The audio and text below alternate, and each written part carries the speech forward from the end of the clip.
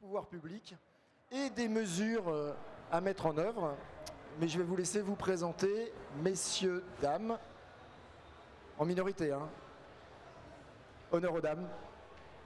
Ah, peut-être qu'il faut... Ouais.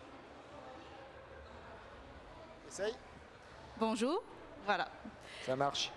Aurore Grimaud, moi je représente l'association Futuroland qui organise la Gamers Assembly et je suis à ce titre chargée de mission, notamment sur la partie gestion financière et les financements publics. Et merci de nous accueillir. Merci. Bonjour, donc moi Aurélien Reiter, je représente la direction générale des entreprises qui est une direction du ministère des Finances. Je m'occupe de tout ce qui est développement économique de l'e-sport français avec entre autres la stratégie interministérielle qui est aussi avec les sports. Ah, peut-être faut-il l'ouvrir aussi. Non, toujours pas. Alors, hop là, il faut pas rester. Ouais, mais il faut pas rester. Voilà, là ça devrait être bon. Non, toujours pas. Hop là. Bonjour, donc Bastien Bernola, je suis élu ici à la ville de Poitiers et vice-président Grand Poitiers, développement économique, enseignement supérieur, recherche, innovation. Et donc c'est dans le cadre de cette délégation qu'on pilote la stratégie jeux et e-sport sur le territoire. Toujours. Bonjour, je teste. Ouais. Bonjour à toutes et à tous, Samy Werfeli, vice-président de France e-sport, et je remplace Julien Lombard qui a eu un empêchement pour cette émission. Bonjour, Denis Massiglia, député de Maine-et-Loire, président du groupe d'études jeux vidéo à l'Assemblée nationale. Et grand spécialiste puisque tu arrivais à ouvrir ton micro du premier coup. Grand, malheureusement pas, spécialiste, ça reste à prouver. E-sport, t'as dit grand spécialiste de l'e-sport, peut-être e-sport, c'est tout. De l'e-sport, c'est certain. Alors, on va rentrer dans le vif du sujet. Qu'est-ce que quelles sont les mesures symboles de réussite en termes d'e-sport? Qu'est-ce que l'État, les pouvoirs publics ont pu mettre en place qui a aidé, favorisé au développement de l'e-sport? Qu'est-ce qu'on a déjà fait? Denis? Déjà fait, il y a eu quand même des avancées importantes il y a quelques années, en 2016, avec une loi pour une république numérique qui, je rappelle, crée le CDD spécifique pour les joueurs sportifs, e-sportifs professionnels d'une part, et d'autre part autorise les compétitions de jeux vidéo. Mais cette année, si on veut vraiment parler de l'année 2023 plutôt, pour moi il y a deux avancées majeures. Le passeport talent, mais je vais pas trop en parler parce que c'est plutôt une action qui est des pouvoirs publics et je vais laisser la paternité à ceux qui l'ont mise en œuvre. Mais de mon côté, il y a donc la TVA à 5,5 sur la billetterie e-sportive. Je rappelle que jusqu'à présent, lorsqu'on allait voir une compétition de sport, de football, on avait une TVA à 5,5 quand on achetait la billetterie, le billet pour aller voir une compétition de sport. Lorsqu'on allait voir un concert de musique, on avait une TVA à 5,5 et l'e-sport, qui est un peu un hybride de tout ça, la TVA était à 20. Donc avec le secteur, on s'est battu pendant de nombreuses années et cette année, bingo, on a réussi. Donc ça, c'est fait. Et puis, je pense que dans un second temps, on parlera de ce qui arrivera après. Absolument. Donc la TVA à 5,5 pour la billetterie des événements e-sport. Exactement, pour la billetterie des événements e-sport, vous organisez un événement e-sport, il y a quelqu'un qui vient vous voir, il vous paye un ticket à 10 €. Avant, il y a 2 € qui partaient dans les caisses de l'État, maintenant il n'y a plus que 55 centimes, le reste reste dans les poches de l'organisateur de l'événement. D'accord, mais on reviendra sur les questions de TVA. Alors, le passeport. Ah, ben... Donc oui, le passeport talent, comme Denis l'a dit, monsieur le député, en fait c'était une demande qui a été faite d'abord par les acteurs, par les acteurs qui nous les remontent parce que nous on travaille vraiment sur le développement économique de l'e-sport. Il y a quand même une stratégie nationale et même des velléités politiques gouvernementales qui sont d'accueillir le plus de compétitions e-sportives en France, qu'elles soient amateurs ou professionnelles. Et on a quand même aussi pas mal de ligues en France qui ont des joueurs qui restent sur le territoire de manière assez longue et qu'il n'y avait pas de passeport adapté. Et on a découvert, on a regardé ce qui était existant et on a vu aussi que tout existe, mais il fallait juste bien définir, bien nommer l'e-sport dans tout ce qui est passeport talent. Et on a fait, c'est tout un travail qui est très interministériel, qui est une demande des acteurs, mais qui est fait aussi avec le ministère de l'Intérieur, le ministère des Affaires étrangères et le ministère des Sports avec qui on travaille sur la stratégie interministérielle. Donc voilà, aujourd'hui, les joueurs et les entraîneurs sportifs sont éligibles au passeport talent. C'est vraiment des choses existantes, mais qui aujourd'hui sont écrits, pas écrits dans la loi, mais c'est une circulaire qui a été faite pour bien se préciser aux ambassades et aux consulats que les e-sportifs sont éligibles au même titre qu'un sportif ou une star ou un chanteur, etc. Donc voilà, c'était aussi le gros truc de l'année dernière. Est-ce qu'il y a des limites à ce passeport talent aujourd'hui? Enfin, comment ça fonctionne exactement? Dire que pour n'importe quel type de compétition, il suffit de dire je viens à la Gamers Assembly, j'ai besoin d'un passeport. Enfin, donc quand je suis un joueur étranger, comment ça fonctionne? Alors il y a deux choses. Le passeport talent, c'est qu'on veut rester un peu plus de 3 mois sur le territoire. Donc qu'on veut avoir un emploi, etc. Donc ce qui est très adapté à des équipes qui ont des ligues sur la LFL, la League of Legends, ou d'autres équipes qui veulent faire leur entraînement sur le territoire. Mais il y a aussi une autre problématique, c'est les visas courts pour des compétitions comme la Gamers Assembly, comme des compétitions comme l'UFA à Paris, où il y a besoin de passeports, de visas courts pour des événements très courts. Et on sait que les événements e-sportifs, les phases qualificatives, ça peut être d'une semaine à une autre.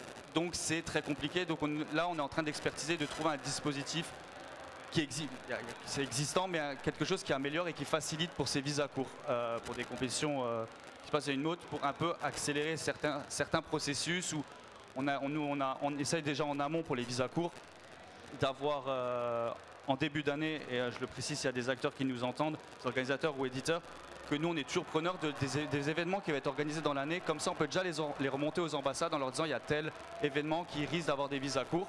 Et après pour les joueurs on les remontera plus tard parce qu'après là c'est une question de qualification des joueurs. Mais ça c'est en cours. C'est en cours. On est en train de réfléchir à ça. On sait que c'est aussi quelque chose qui est très important pour les éditeurs et les organisateurs parce qu'on sait que la TBA c'est très important pour l'attractivité événementielle du pays. Mais on sait que les visas c'est aussi quelque chose que les acteurs, organisateurs attendent beaucoup parce qu'on voit dans pas mal de compétitions, particulièrement dans Counter-Strike ou dans les Ultimate Fighting, qu'il y a quand même c'est coupé, non c'est bon. Il y a quand même beaucoup de problématiques de visa.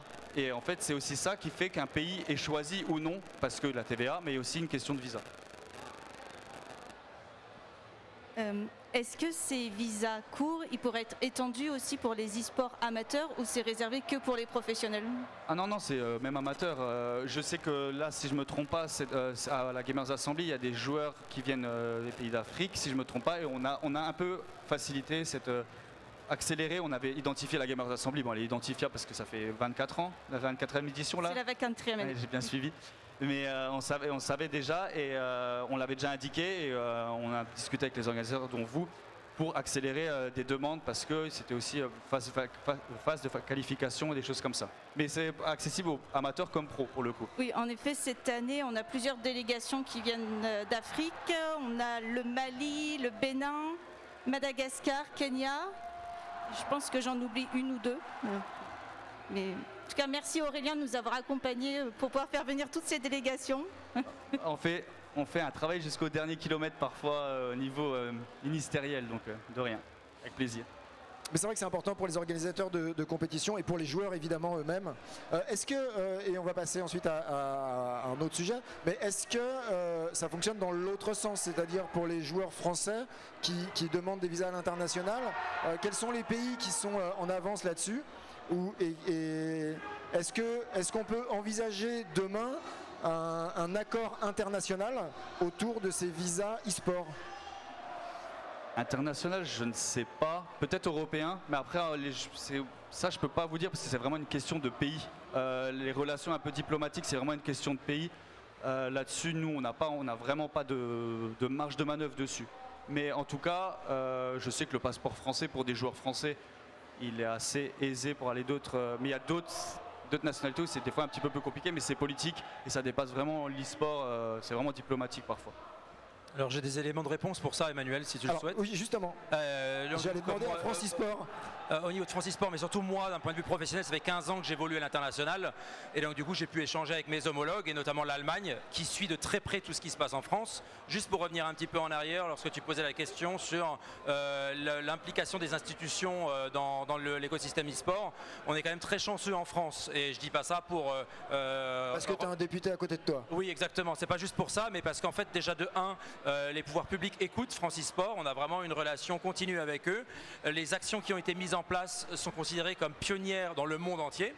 Mais après, pour répondre à la question par rapport aux autres pays, en fait, ça va dépendre de l'intérêt de chaque pays à avoir soit des équipes sur place, soit accueillir des événements internationaux chez eux. Et donc, du coup, ça dépend aussi de la maturité du marché. On ne va pas pouvoir avoir cette typologie de pays dans les pays émergents, alors qu'aux États-Unis ou en Europe, en règle générale, et encore pas dans tous les pays, mais en règle générale en Europe, l'Allemagne, l'Angleterre, la France, l'Espagne et potentiellement même l'Italie pourraient avoir recours à de tels dispositifs. D'accord. Donc, oui, d'accord. Donc c'est envisageable d'avoir des accords internationaux, pas à l'échelle mondiale, mais à l'échelle diplomatique en tout cas. Je pense que c'est même souhaitable. Il faut se rappeler comment est constitué l'e-sport. Aujourd'hui, par exemple, toutes les équipes de la LEC sont basées à Berlin. Et c'est des critères obligatoires imposés par Riot Games. On a l'équivalent en Chine, on a l'équivalent aux États-Unis, on a l'équivalent en Corée. Donc on sait très bien que de tels pays vont pouvoir avoir recours à ce type de processus. Et ça les intéresse. Alors j'avais un autre sujet qui m'avait été indiqué par Francis Sport, sur lequel j'aimerais justement avoir un petit peu d'explication, parce que c'est l'adoption d'une obligation d'honorabilité au sein de l'écosystème sportif. Qu'est-ce qu'on entend par une obligation d'honorabilité? Je tiens d'abord à rappeler ce que je dis en préambule. Je ne suis pas Julien, qui est celui qui a intégré ça, mais par contre, je sais de toute façon en quoi ça consiste. En gros, l'idée, c'est d'éviter d'avoir des gens qui ont un casier, notamment dû à certaines activités, d'encadrer des mineurs dans le cadre d'activités ludiques et principalement jeux vidéo et e-sport. Donc c'est vraiment la mesure en elle-même. Et après, en termes de perspective, ce qu'on disait, c'était qu'on faisait une analogie avec le monde du sport. On disait que c'est déjà très bien d'avoir ça, mais que derrière, on aimerait aller plus loin. Et dans le sport, aujourd'hui, il y a cette même procédure, sauf qu'elle peut être accompagnée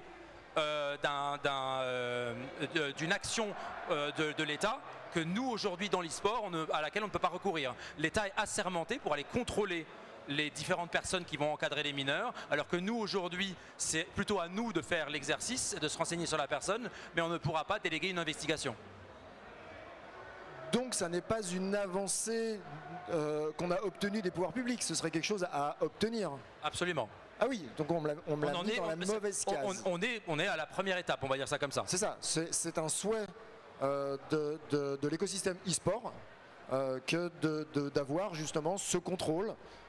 Mais ça n'a pas été légiféré, monsieur le député. C'est une question très technique, oui. À savoir est-ce qu'il faut légiférer ou pas.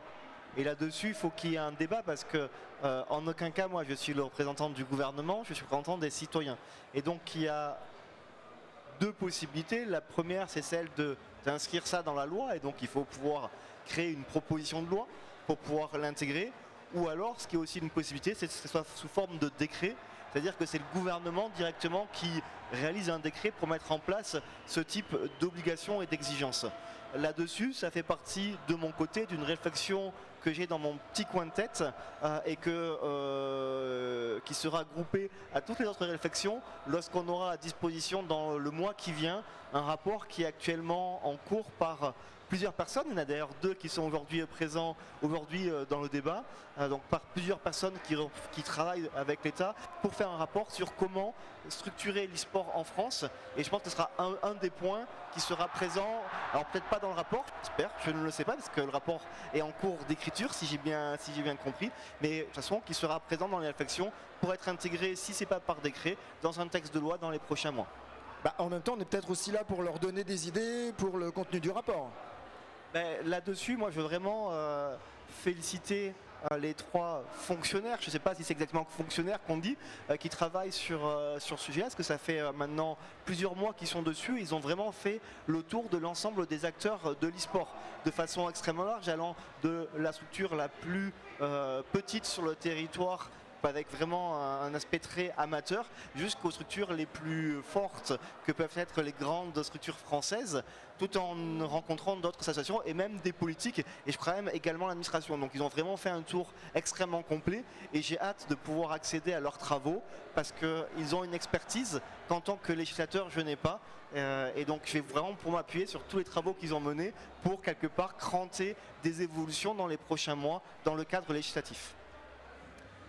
Avant de passer à la partie suivante, c'est-à-dire qu'est-ce qu'on pourrait justement améliorer, est-ce qu'il y a des choses que vous souhaitez rajouter en termes d'action justement des pouvoirs publics qui ont changé, qui ont apporté quelque chose à notre écosystème? On va essayer d'exister au sein de l'AGA, ça va pas être facile avec le bruit. Qu'est-ce que les pouvoirs publics ont pu jusqu'à présent justement apporter à l'écosystème e-sportif? Ouais, moi je veux bien apporter un témoignage en tant qu'élu local, donc forcément les leviers sur lesquels on intervient, c'est pas des dispositifs réglementaires, des questions de passeport, de TVA, mais il y a quand même un enjeu de structuration locale de la pratique e-sportive, donc ça passe par un volet événementiel naturellement, donc forcément on est au cœur du réacteur aujourd'hui avec l'AGA. Faire en sorte que l'AGA puisse exister, voilà. Ça n'aurait pas pu être possible sans le soutien des pouvoirs publics. Si on est là, c'est qu'il y a un soutien historique, politique, financier, logistique pour que ce genre d'événement puisse avoir lieu.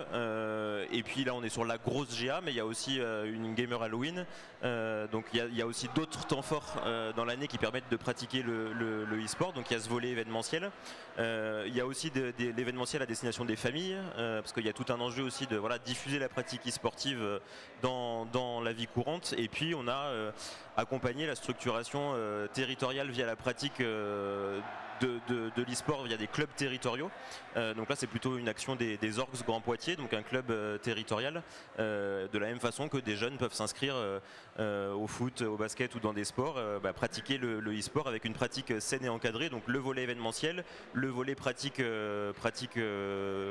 club e-sportif, et puis en ce moment même à quelques pas d'ici à la finale régionale Silver Geek, donc le trophée pour les seniors, c'est aussi, on est obligé d'en parler, ça fait partie de l'identité localement à travers une association d'accompagner la pratique à destination des seniors plus inclusifs, et c'est une façon de faire vivre le e-sport localement, alors avec des enjeux et des leviers qui sont très différents, mais au niveau national il y a plutôt un enjeu de reconnaissance, de diffusion, d'attractivité de l'e-sport. Nous on est plutôt dans des logiques d'ancrage dans la vie courante sur Poitiers, Grand Poitiers. Monsieur le député. Ouais, en fait, c'est même pas pour faire une intervention, c'est pour une question. J'ai le droit de poser des questions aussi. Mais vas-y. Moi, je trouve que ce que fait Poitiers au travers de l'e-sport et sur sa structuration avec de nombreuses actions telles que la Gamer Assembly et les Orcs de Grand Poitiers et tout ce que vous faites, c'est vraiment très intéressant. Mais j'aurais bien aimé avoir l'analyse que vous avez vous sur les Orcs Grand Poitiers, parce que aujourd'hui c'est une structure qui est basée à Poitiers, mais pour lequel les pratiquants ne sont pas tous de Poitiers, sauf erreur de ma part. Il me semble qu'il y a aussi des joueurs qui sont en réseau en ligne.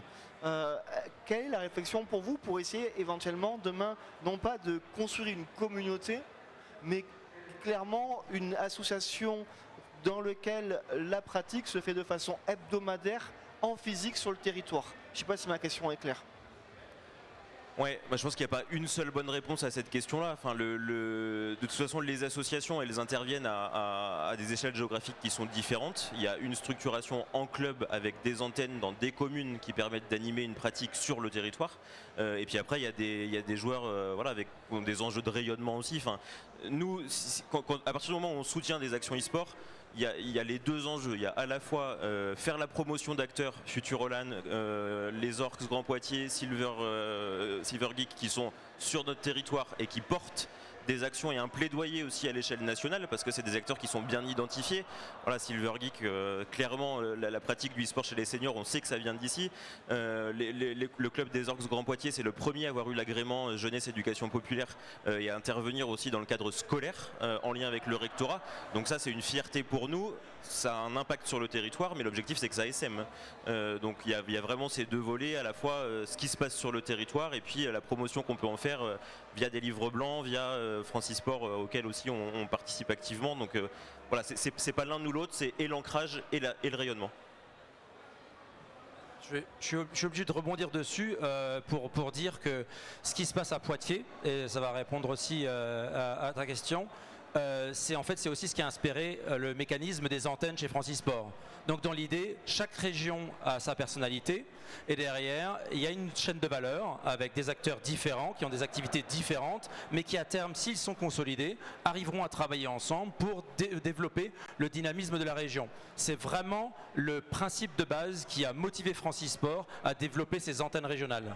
Et donc du coup c'est ce qu'on veut faire, on veut avoir une entité, peu importe que ce soit une personne morale ou pas, qui va centraliser l'ensemble des acteurs, leurs activités, voir si on est capable de créer des ponts entre eux pour développer sur le territoire et tout ça en harmonie avec la région. L'idée c'est de créer des feuilles de route communes et il n'y a pas mieux que la Nouvelle-Aquitaine pour traiter de ce sujet puisque on est à la 24e édition de la Gamers Assembly et on voit bien qu'entre les Orcs et la GA, et j'en oublie beaucoup, le tissu associatif fort sert une région. Donc il est indispensable de travailler là-dessus. Ça c'est bien noté. Est-ce que vous avez vous avez un micro. Alors, on fait plein de choses.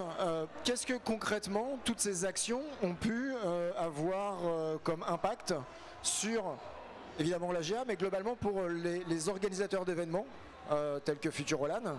Est-ce que la baisse de la TVA c'est une vraie avancée? Est-ce que ce genre d'actions sont nécessaires? Alors, sur le taux de TVA, sur le passage à 5,5, il faut bien préciser que c'est que sur la billetterie des visiteurs. Donc ceux qui viennent là actuellement pour les arènes, sur la partie salon, et ça ne touche pas encore la billetterie des joueurs. Nous, dans notre cas, on était déjà sur un taux réduit à 10% parce que pourquoi ça ne touche pas la... Ok, on donnera la parole. Sur ce point, juste réagir, la lecture juridique est questionnable. Et donc on a questionné, j'ai questionné et la DGE a questionné les personnes compétentes. On attend la réponse pour savoir quelles sont les entités, les personnes. Est-ce que ce sont uniquement ceux qui jouent, les spectateurs? Est-ce que ce sont également ceux qui jouent qui peuvent en bénéficier? Est-ce que ceux qui jouent, éventuellement, c'est la moitié ils jouent, la moitié sont spectateurs? Donc on a posé la question et actuellement il y a des personnes dans les ministères qui sont en train d'analyser la question qu'on a posée pour apporter une réponse précise. Mais il y a débat. C'est-à-dire qu'en fait cette baisse de la TVA elle n'est pas si simple que ça, il y a débat. Okay. Elle n'est pas si simple et pour l'instant pour nous c'est pas significatif économiquement. C'est comme je disais, on était déjà sur un taux à 10%, donc le passage à 5,5, voilà, il n'y a pas un levier économique important. Ça serait vraiment par contre si on a un taux unique sur la billetterie inclus joueurs et visiteurs où là il y aurait un impact économique. Ok, donc on attend la réponse avec impatience. Est-ce qu'il y a d'autres éléments qui sont impactants? Pour répondre peut-être à Bastien pour le partenariat que la région. Oui, avec Grand Poitiers.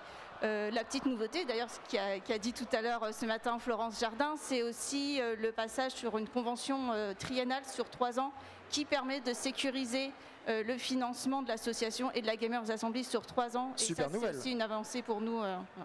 Donc ça donne de la visibilité sur le moyen terme en tout cas. Ça sécurise au moins pour 3 années, alors que là avant on était toujours sur un renouvellement annuel avec une prise de risque derrière. Ok, merci beaucoup. Quelles sont les pistes d'amélioration justement sur l'e-sport? Quels sont les leviers, messieurs des pouvoirs publics et des administrations locales? Qu'est-ce qu'on pourrait faire pour améliorer la condition de l'e-sport? Et je pense notamment au contrat de travail des e-sportifs. Est-ce que c'est un sujet? Est-ce que vous y travaillez? Qui veut répondre? Je veux bien répondre parce que c'est un travail qui est fait par la Direction Générale d'Entreprise. Donc juste pour expliquer un petit peu le contrat de travail, il y a un agrément qui est fait par les équipes professionnelles, même amateurs, pour demander un agrément pour qu'après ils puissent faire un contrat à durée déterminée pour des joueurs e-sportifs. On a vu aujourd'hui que c'était un contrat qui n'était pas forcément très demandé parce qu'il n'est pas assez flexible, il est assez lourd, mais ça concerne vraiment le droit du travail français.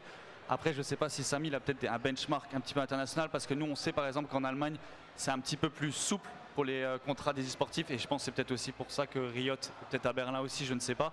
Mais en tout cas, c'est quelque chose que nous, on a identifié comme un travail à faire bientôt, parce qu'en fait, le contrat a été lancé en 2017. Il y a eu plusieurs demandes d'agrément depuis le 2017, une vingtaine, paraît des équipes. Après, on ne sait pas si ces équipes ont demandé des contrats à durée déterminée pour leur équipe. Bon, on sait que ce contrat est même assez lourd pour des équipes amateurs parce que l'agrément, il demande un certain niveau de professionnalisme en termes de coaching, en termes j'allais dire bâtimentaire, en termes de coach, d'accompagnement des joueurs, et on sait qu'aujourd'hui il n'est pas forcément très adapté. Après, l'obtention peut être conditionnée à un certain nombre de critères, justement, comme l'encadrement, comme ça. L'obtention de l'agrément, il répond à certains critères d'encadrement, etc. Oui. Mais pour des équipes amateurs, c'est quand même assez lourd. Les équipes amateurs n'ont peut-être pas forcément d'argent pour avoir un coach. Si on dit amateur, il n'y a pas de contrat de travail, a priori. Parce que j'aurais différencié justement les équipes professionnelles des équipes amateurs juste sur ce point-là. C'est-à-dire qu'entre une équipe amateur qui n'est pas rémunérée, et pour moi, une équipe professionnelle est rémunérée. Je pense qu'il y a des associations amateurs qui peuvent embaucher des joueurs. C'est dans le sens là où la question. Parce qu'il y a des associations qui peuvent. Non, pour moi, à partir du moment où une association va embaucher des joueurs, elle devient une équipe professionnelle. Oui. C'est peut-être pas. Et c'est pas parce que c'est une association parce que de nombreux clubs sportifs sont encore sous un statut associatif et payent des joueurs des sommes faramineuses. Après, c'est vrai qu'il y a sur toutes les vingtaines de monde qu'il y a eu, il y a peut-être eu une ou deux associations amateurs ou amateurs. Après, c'est beaucoup de grandes équipes et c'est même très transparent. Il n'y a pas eu de demande depuis 2 ans, mais il y a eu LDLC, il y a eu Vitality, il y a eu des équipes qui nous ont dit c'est peut-être pas forcément adapté. En plus, c'est un secteur, c'est des équipes qui ont aussi une fragilité économique et des CDD, c'est quand même assez lourd en termes de. Donc comment est-ce qu'on pourrait justement adapter mieux? Nous on étudie, mais on sait que dans le droit français, droit du travail français, il y a des choses qui peuvent être mises en place. Et c'est pour ça que là on a fait le bilan sur ce contrat de travail. Mais on est en train de réfléchir à comment l'améliorer, comment l'ouvrir plus facilement. D'accord. Comment est-ce qu'on pourrait l'améliorer? En complément, en fait, ce CDD en fait avait été calqué sur une typologie d'équipe qui est un peu ce qu'on appellerait les anciennes équipes. Donc ça a été mis en place par Stéphane Eutin, l'ancien président de Francisport. Il l'utilisait d'ailleurs avec son équipe LDLC. Le problème qui s'est passé, c'est qu'au fur et à mesure que l'écosystème e-sport a cru, il y a eu un problème de compétitivité. La problématique, elle est là. Et en fait, aujourd'hui, les joueurs préfèrent, et les structures aussi, avoir des joueurs qui sont salariés en tant qu'auto-entrepreneurs ou équivalents, indépendants. Ils vont facturer leurs émoluments. Pour les joueurs, c'est moins de charges que sur un travail classique comme on a un travail en entreprise, puisqu'on est sur 85% de charges. Là, on est sur 23%. Sous réserve qui ne dépasse pas un certain seuil de rémunération. Oui, effectivement. Mais le seuil étant de plus en plus élevé, c'est quelque chose qui intéresse tout le monde. Et pour répondre à ta toute première question, en Allemagne, le système est exactement le même. Il faut savoir qu'en Allemagne, on peut créer une auto-entreprise quasiment comme ça. Et donc du coup, les gros joueurs sont souvent indépendants. En plus de ça, peu de pression fiscale. Et donc du coup, on a un problème de compétitivité au niveau des entreprises entre un Vitality qui va vouloir embaucher des joueurs en France et un G2 basé à Berlin, où un salaire de 10 000 va être 6 000 net en France et 8 500 net en Allemagne. Et la problématique, elle est vraiment là. Indépendamment de tout comment on veut le cadrer, etc. La problématique, elle est là. Il y a un marché du joueur e-sport dans le monde, et si on est moins compétitif, c'est comme les joueurs professionnels de football, ils vont aller dans les paradis fiscaux ou équivalents. Après, il y a une zone entre les deux, bien entendu. L'Allemagne est supportable puisqu'il y a des très gros joueurs qui restent en Allemagne tout le temps, et non pas tous en Arabie Saoudite. Mais par contre, la France a toujours été un sujet fiscal, toujours. La fiscalité, c'est toujours un problème fondamental, mais Denis ? Je vais essayer d'être rapide, mais il y a plein de sujets importants et intéressants. Déjà de dire que cet article qui date de 2017 nécessitait pour pouvoir bénéficier du CDD spécifique d'avoir l'agrément. Et qu'il y a aujourd'hui moins de structures qui ont l'agrément qu'il n'y avait par le passé. Donc on peut considérer que s'il y a moins de personnes qui le demandent, c'est qu'il ne répond pas aux besoins du secteur. Et donc oui, il est nécessaire à mon avis de revoir de fond en comble le CDD spécifique pour construire quelque chose qui réponde aux besoins du secteur. Néanmoins, je remarque au niveau du secteur, il y a une difficulté de pouvoir construire une proposition collective qui réponde à deux exigences qui me semblent être extrêmement importantes. La première, ça a été dit, c'est la compétitivité. Oui, il faut qu'il y ait aujourd'hui des contrats qui permettent à nos joueurs e-sportifs d'avoir les mêmes conditions que dans d'autres territoires. Mais il y en a un autre aussi, c'est la protection des joueurs. Parce que là, on ouvre un vrai sujet. Auto-entrepreneur avec des contrats envers une seule même structure, un jour, il se pourrait que l'administration fasse une requalification de contrat. Oui, petite précision, un auto-entrepreneur ne peut pas avoir un client unique. C'est un sujet, il y a un vrai risque de requalification de contrat dans un premier temps, et dans un second temps, c'est extrêmement bien. C'est vrai, d'être auto-entrepreneur, on ne paye pas beaucoup d'impôts. On verra dans quelques années. Sous réserve à condition qu'on ne gagne pas beaucoup d'argent. Oui, mais dans quelques années, on va aussi avoir un autre sujet. Ces personnes-là, quand elles vont partir à la retraite, elles vont avoir quoi? Ces personnes-là, si demain, elles traversent la rue, qu'elles glissent, qu'elles se cassent une jambe, et encore une jambe en e-sport, c'est pas dramatique entre guillemets, mais si elles se cassent la main qu'elles utilisent pour jouer, quelle protection elles vont avoir? Et on a un vrai sujet aussi, donc oui compétitif, mais pas non plus au détriment de la protection du joueur. Et c'est là-dessus où on doit se mettre tous autour de la table pour trouver une solution. Et la solution, elle n'est pas, à mon avis, pour les plus grands joueurs qui ont aujourd'hui les moyens de trouver des solutions, de les construire. Ce sont les sportifs, ceux qui gagnent 1000, 1500, 2000 euros par mois, qui n'ont pas du tout l'accompagnement suffisant pour pouvoir potentiellement construire une vraie carrière et des vraies protections financières en cas de coup dur. Alors totalement d'accord avec ce que vient de dire Denis, et après je reviens sur mon sujet de prédilection, la compétitivité, mais il faut vraiment pas oublier la sécurité. Je l'ai oublié parce que c'est vraiment ma marotte. Au niveau compétitif, là on a parlé des joueurs qui gagnent 1500 et 2000 euros. Encore une fois, je ne refais pas de la redite, tout ce qui a été dit est capital et à garder à l'esprit. Mais après derrière, aussi quand les joueurs vont grandir et gagner beaucoup plus d'argent, ils ne seront plus auto-entrepreneurs. Ils vont vouloir ouvrir une société ou ils vont l'ouvrir à nouveau, pas en France. C'est ce qui se passe, on a un énorme phénomène d'exil fiscal de la part des joueurs qui gagnent beaucoup d'argent, qui vont aller chercher de l'optimisation à droite à gauche. Si on avait des structures ad hoc, c'est valable dans le sport comme dans l'e-sport, qui permettaient d'avoir à la fois le confort administratif pour s'installer en France et quelque chose qui permette d'homogénéiser un petit peu la rémunération, au moins à l'échelle européenne, on aurait une grande avancée là-dedans. En même temps, c'est ce que demandent toutes les entreprises. C'est pour ça que je dis que c'est un sujet qui sort de l'e-sport. C'est pas uniquement e-sport. Et petite précision, l'évasion fiscale n'est pas tout à fait autorisée en France. J'ai parlé d'optimisation. L'optimisation non plus. Mais si. Il y a un débat. Pour appuyer les propos de Samy, la réalité c'est qu'en fait, sur la pratique sportive, souvent on est rattrapé, on est affecté, on est sur un territoire. Le joueur du Paris Saint-Germain, il ne peut pas aller s'entraîner à Londres ou à Milan. Par contre, l'e-sportif, lui, aujourd'hui, n'a pas de zone géographique dans laquelle il pratique des compétitions de façon attribuée. Et donc, il a par rapport... Ça va dépendre des jeux aussi, mais je comprends.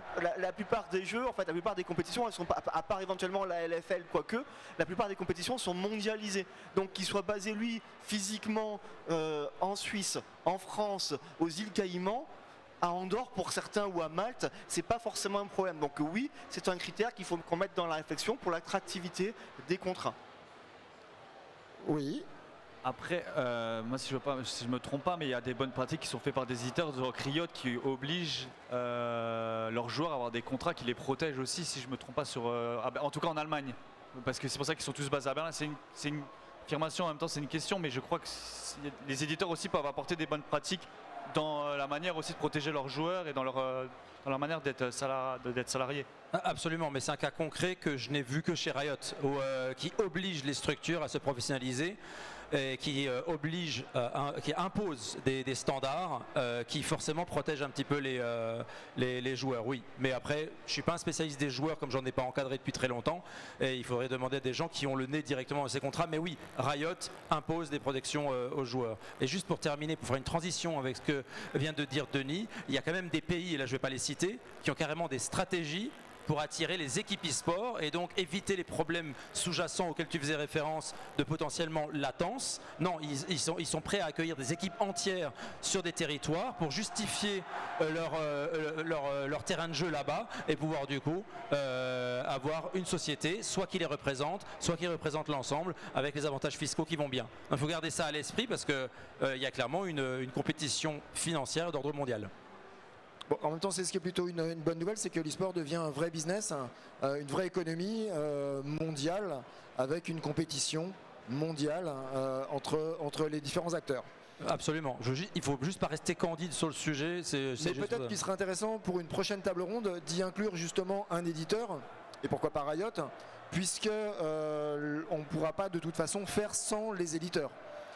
Que ce soit les pouvoirs publics, France eSport, le poids des éditeurs dans l'e-sport est primordial. Je vous propose, donc on a vu les contrats e-sport, de partir sur un autre sujet, puisque avant de devenir professionnel, il faut avoir potentiellement étudié. La question de l'e-sport études se pose. Aujourd'hui, il n'y a aucune formation réellement dédiée à l'e-sport. Enfin, ou plus exactement, il y a des formations, mais il n'y a pas d'e-sport études tel qu'il en existe dans le sport. Est-ce que c'est un sujet sur lequel vous travaillez? Est-ce que c'est un sujet tout court au niveau de France eSport? Alors, au niveau de France eSport, on travaille depuis très longtemps sur le sujet d'éducation. De là à dire qu'on travaille sur un sujet e-sport études e-sport études, pardon. Non.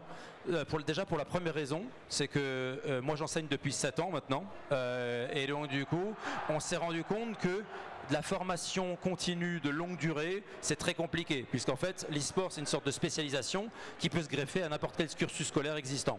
Donc ce qu'on a fait notamment avec Nicolas Bézombe, c'est que moi je participe à un cursus qui vient se greffer à une école, là en l'occurrence IMV, donc l'école Léonard de Vinci à Nanterre, et qui en fait propose durant une semaine les bases de tout ce qui se passe dans l'e-sport, aussi bien côté historique que marketing et que business.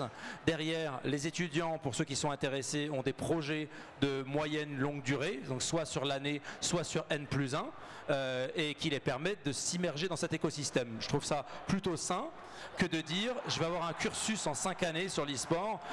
Ça serait compliqué, vu la jeunesse de l'écosystème, de dire qu'on peut enseigner quelque chose sur une durée aussi longue. Mais oui, bien entendu que l'éducation est au cœur de nos réflexions et on ne sait pas encore comment l'accompagner. Toutes les idées sont bonnes à prendre et on a pas mal de gens qui sont déjà impliqués eux-mêmes professionnellement dans le milieu de l'éducation et dont on fait l'éponge de toutes leurs propositions pour voir comment on peut aider. D'accord. Est-ce que c'est un sujet aujourd'hui sur les pouvoirs publics, la formation au niveau de l'e-sport? Alors sur les pouvoirs publics, oui, parce qu'on a comme je vous ai dit au tout début, on a une stratégie nationale qui est en 4 axes. Et le deuxième axe, c'est la question éducation. Mais c'est vrai, comme l'a dit Samy, c'est un axe qui n'est pas forcément très actif parce que l'e-sport, il a encore besoin d'évangélisation en termes de politique publique, de l'enseignement, etc.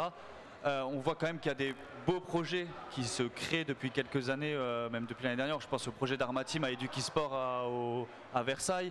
Il y a d'autres projets qui sont un petit peu faits dans le territoire, mais c'est un axe que nous on souhaiterait réactiver, l'axe un peu formation, peut-être pas e-sport études, mais il y a des choses à faire et on voit que le ministère même de l'éducation commence à, l'éducation, oui, commence à s'y intéresser fortement. Donc ça c'est quelque chose qui a des choses à faire. Alors, ce sera accessoirement le sujet d'une autre table ronde cet après-midi, justement de l'e-sport comme outil éducatif.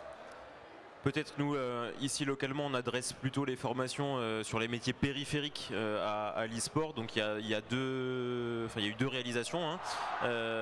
Un diplôme interuniversitaire e-sport manager, donc en lien avec Nicolas justement, donc sur l'axe Poitiers-Paris, en écho à une chaire sport santé qui s'intéresse justement aux effets de la pratique du e-sport et comment on encadre, on accompagne cette pratique e-sportive. Donc ça c'est un volet. Et puis on a un laboratoire, le CERCA, donc en psychologie cognitive, qui s'intéresse aussi aux questions du e-sport. Et donc Eric Lambert, qui était ce matin sur le temps d'inauguration, a présenté une formation de master qui est lancée en septembre 2024 à Poitiers sur le management du jeu, donc c'est jeux de société, jeux vidéo. Donc là on est plutôt sur des métiers d'encadrement et d'entreprise du jeu, dont du e-sport. Et on est là encore fiers que ça se passe à Poitiers. Et sinon, honte à moi, oui, bien entendu, que quand même France eSport, en collaboration avec les CFA, ont quand même créé le premier titre RNCP d'animateur eSport. Qu'aujourd'hui, on essaye de déployer avec les différents centres de formation dans la France entière. Et on veut utiliser encore une fois le mécanisme des antennes pour pouvoir dialoguer avec les acteurs de l'éducation pour voir comment il est possible de déployer ce titre-là. Donc oui, l'éducation est au cœur de notre stratégie aussi, bien entendu. Et potentiellement d'avoir un développement très local, un peu comme on a des clubs sportifs locaux dans lesquels les gamins vont apprendre à bien pratiquer leur sport, ils vont être encadrés et accompagnés. Il ne reste pas beaucoup de temps. Je voudrais qu'on puisse aborder la question des cash prizes et la question de la fiscalité des cash prizes qui, a priori, est un sujet aussi. Qui veut commencer sur la fiscalité et l'encadrement des cash prizes? Alors moi je crois que j'ai trop de temps de parole, donc je vais laisser. Mais par contre j'ai quelque chose à dire, oui. Pour le coup en tant que professionnel sur le sujet. On reviendra vers toi. Non, c'est vrai que la fiscalité des cash prizes, j'allais pas dire que c'est un peu touchy comme sujet, mais en tout cas on sait que comme la plupart des politiques publiques en e-sport, tout est déjà existant. Tout existe déjà, que ce soit sur les contrats, c'est qu'il existe en droit du travail. Et nous, on sait qu'en termes de fiscalité, tout existe, mais tout n'est pas toujours bien compris par les acteurs. Nous, on a toujours une optique d'accueillir le plus grand nombre de grands événements. Et on sait qu'il y a des acteurs, éditeurs, organisateurs étrangers particulièrement, qui viennent nous voir en nous demandant mais comment ça fonctionne la fiscalité chez nous. Nous aussi, on a un travail aujourd'hui à la Direction générale des entreprises, au ministère de l'économie, d'un peu d'évangéliser et faire peut-être un guide de fiscalité un petit peu un vadémécum pour les éditeurs, pour les joueurs, parce que c'est vraiment une question de clarté, parce que tout existe, mais c'est pas toujours bien compris, parce que le secteur de l'e-sport, c'est quand même un secteur qui est encore, j'aime pas dire qu'il est nouveau, parce que ça fait quand même 30 ans qu'il existe, mais qui est encore besoin d'évangéliser, même dans certaines administrations ou des choses comme ça, mais on travaille dessus aussi. Oui, j'imagine que dans certaines administrations ou centres des impôts, quand je vois arriver sur une déclaration j'ai gagné 3 000 € à une compétition de jeux vidéo, le contrôleur, c'est pas forcément si on est dans la bonne case. Et pourtant, les choses, elles existent déjà. Les tennisman ou les sportifs, quand ils gagnent, c'est un peu le même principe. Mais quand on dit jeux vidéo, oui, c'est vrai. Souvent, on n'entend pas forcément jeux vidéo comme sport. Et surtout, comme on l'a dit, l'e-sport, elle est très internationale. Donc souvent, on gagne aussi des cash prizes à l'étranger, qui après, il faut ramener en France. Donc il y a aussi une question de double imposition, de choses aussi à clarifier à ce niveau-là. Et aussi, j'en profite parce que j'en ai parlé hier avec eux, mais il ne faut pas oublier aussi qu'il y a une certaine fiscalité des mineurs sur le jeu. Je peux avoir 14 ans et avoir gagné 50 000 € ou 50 000 $. Et ça, c'est un petit peu géré au niveau de la Caisse des dépôts et consignations qui gère un peu ça. Bon, c'est pas de la fiscalité, mais en termes de cash prize, c'est aussi un petit peu un lien, mais faut pas l'omettre. Oui, au-delà de la fiscalité, c'est aussi juste comment je peux rapatrier mon argent. Est-ce que c'est mes parents? Est-ce que c'est moi etc. Dans quel cas ça rentre dans ma déclaration d'impôt? Mais on travaille dessus. On sait que c'est vraiment une question de clarification plutôt que de encore réinventer quelque chose. On est d'accord? Denis? Non mais finalement, je vais dire exactement la même chose. On a d'un côté une administration qui connaît pas encore comment fonctionne trop bien le secteur de l'e-sport, et de l'autre côté un secteur de l'e-sport qui est relativement jeune et qui ne sait pas à quelle porte frapper. Ce serait que c'est compliqué. Quand on se lance dans l'e-sport, ça fait 1 an, 2 ans, 3 ans, savoir à quelle porte taper et trouver le bon contact, c'est compliqué. Donc clairement, il me semble qu'on doit avoir, nous, un travail, je parle le législateur, de pousser pour qu'il y ait un phénomène de guichet unique. À un moment donné, il faudrait qu'il y ait qu'une seule personne ou qu'une seule entité à l'échelle nationale pour faire le pont entre toutes les demandes, les requêtes qu'il peut y avoir. Parce que quand on est Riot, encore, on sait un peu à qui taper, mais lorsqu'on est une petite structure e-sportive qui fait une petite compétition avec 100 ou 200 personnes de présentes, oui, il y a France e-sport pour s'appuyer. C'est ce que j'allais dire, peut-être que France e-sport peut être la réponse à cette question. Demain, il y a un problème fiscal et on n'a pas forcément envie de parler avec France e-sport parce que c'est un problème interne et on préférerait directement pas avec l'administration, c'est compliqué de savoir qui voir. Oui, mais pour le coup, à l'administration, typiquement, je fais je fais 2 interventions par an à Pôle emploi parce que Pôle emploi ne se trouve pas forcément suffisamment compétent pour parler de l'emploi dans le jeu vidéo.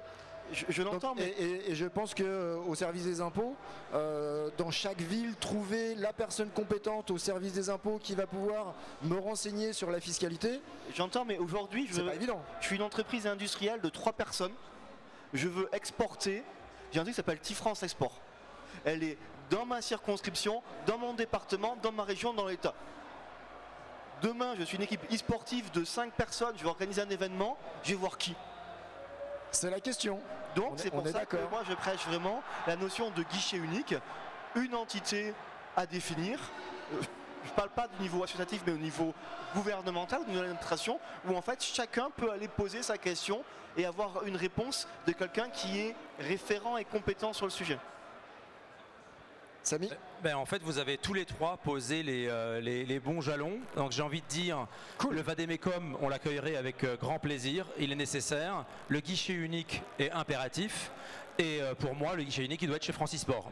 Et donc du coup, nous, c'est comme ça qu'on a pensé notre futur site internet. L'idée, c'est de pouvoir aider les pouvoirs publics à avoir un endroit où sont centralisées l'ensemble des questions relatives à un écosystème, qu'elles soient fiscales, qu'elles soient administratives, et de désengorger un petit peu tous les FAQ, tous les appels, et à notre écosystème, qu'il soit associatif ou professionnel, d'avoir un endroit où ils se disent, je me pose des questions, je vais au moins d'abord voir là-bas s'il y a les réponses. Et à nous de faire de sorte que ce soit hyper ergonomique quand ils viendront y accéder. C'est obligatoire. Mais ça, c'est un chantier titanesque, ça fait 25 ans que je suis dans l'e-sport, ça n'existe toujours pas, donc ça montre à quel point c'est extrêmement long à mettre en place. Et j'ai déclaré, je crois, depuis 15 ans, des cash prizes à tous les niveaux, ça n'a jamais été fait de la même manière.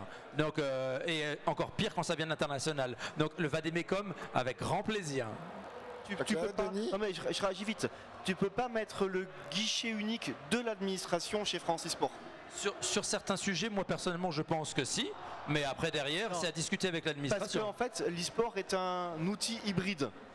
Culture, éducation, sport, économie. Et en fait, il te faut quelqu'un qui soit capable de pouvoir aller chercher l'information dans chacun des ministères concernés. Donc, est-ce qu'il peut y avoir, pourquoi pas, je sais pas, un guichet unique entre guillemets de l'e-sport en France chez Francisport, pourquoi pas, mais il faudra forcément qu'il y ait le pendant administratif, parce que c'est pas le guichet unique Francisport qui va faire le tour des ministères et des personnes dans les ministères pour avoir la réponse à la question. Absolument, je parlais pour les gens qui cherchent l'information, qu'elle soit centralisée à un endroit. Après, bien entendu, ils ont accès à toutes les administrations s'ils veulent aller plus loin. Mais nous, l'idée, c'est de dire, si par exemple on a travaillé sur un Vademecum en collaboration avec la DGE et que ce Vademecum cite ce qu'il faut faire lorsqu'on reçoit de l'argent des États-Unis avec un formulaire V8, comment on doit le déclarer sur notre déclaration fiscale, qu'on a un exemple en disant vous cochez cette case, etc. On aura déjà répondu à 80% des demandes de l'écosystème. Et ça, si c'est centralisé à un endroit, chez nous, et je suis persuadé ça doit être chez Francisport, là, que ce soit vous ou nous, on pourra dire, vous avez une question concernant vos problématiques administratives et fiscales, vous allez sur le site de Francisport. J'entends, mais un cas particulier. Imaginons que je suis, allez, au hasard, Géo, vraiment au hasard. Que j'ai un joueur au hasard qui est turc. C'est aucun cas réel. Que cette personne-là n'arrive pas à avoir son visa talent. Encore une fois, je suis dans l'imaginaire. Comment Francisport va savoir qui il faut contacter pour débloquer le sujet? Et là, en fait, il faut quelqu'un dans l'administration qui connaisse quelqu'un au niveau du ministère de l'Intérieur qui a une relation avec l'ambassade de Turquie. Et en fait, c'est pour ça qu'à un moment donné, il sera important, existentiel, sans opposer le guichet Francisport, là n'est pas le sujet, d'avoir quelqu'un, une entité au niveau de l'administration qui soit le recueil de toutes les requêtes. Parce qu'aujourd'hui, en fait,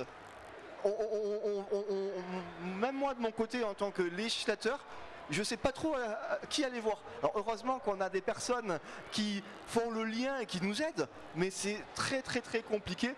Alors j'imagine la petite structure sur son territoire rural. On va pas avoir ce débat tout de suite. Non, c'est pas un débat. Je veux juste dire que je voulais rester sur la question des cash prizes. Et elle est déjà tellement compliquée que je pensais vraiment à ça en disant Francisport comme guichet unique, un travail collaboratif avec l'ensemble des acteurs impliqués sur ces sujets pour qu'on ait une sorte de garantie lorsqu'on vient sur le site d'avoir les bonnes informations avec le tampon de l'État. Mais pas sur tous les sujets. Je parlais pas du visa et autres. Je parlais vraiment bien de la partie cash prize. Ok, de toute façon, on a bien entendu la position de l'un et l'autre et bien compris les avantages et les inconvénients que pouvait représenter chacune des possibilités. Le Vademecum, combien de temps? On l'a quand? 15 jours. Ok, ça marche. Je vous remercie beaucoup. On va être obligé de clôturer cette table ronde, je pense, dont les débats ne font que commencer. Mais j'espère qu'on aura l'année prochaine de nouveaux sujets sur lesquels débattre et on pourra faire le bilan des sujets sur lesquels on a avancé. Merci à vous tous et toutes pour la qualité de ces échanges. À bientôt. Merci.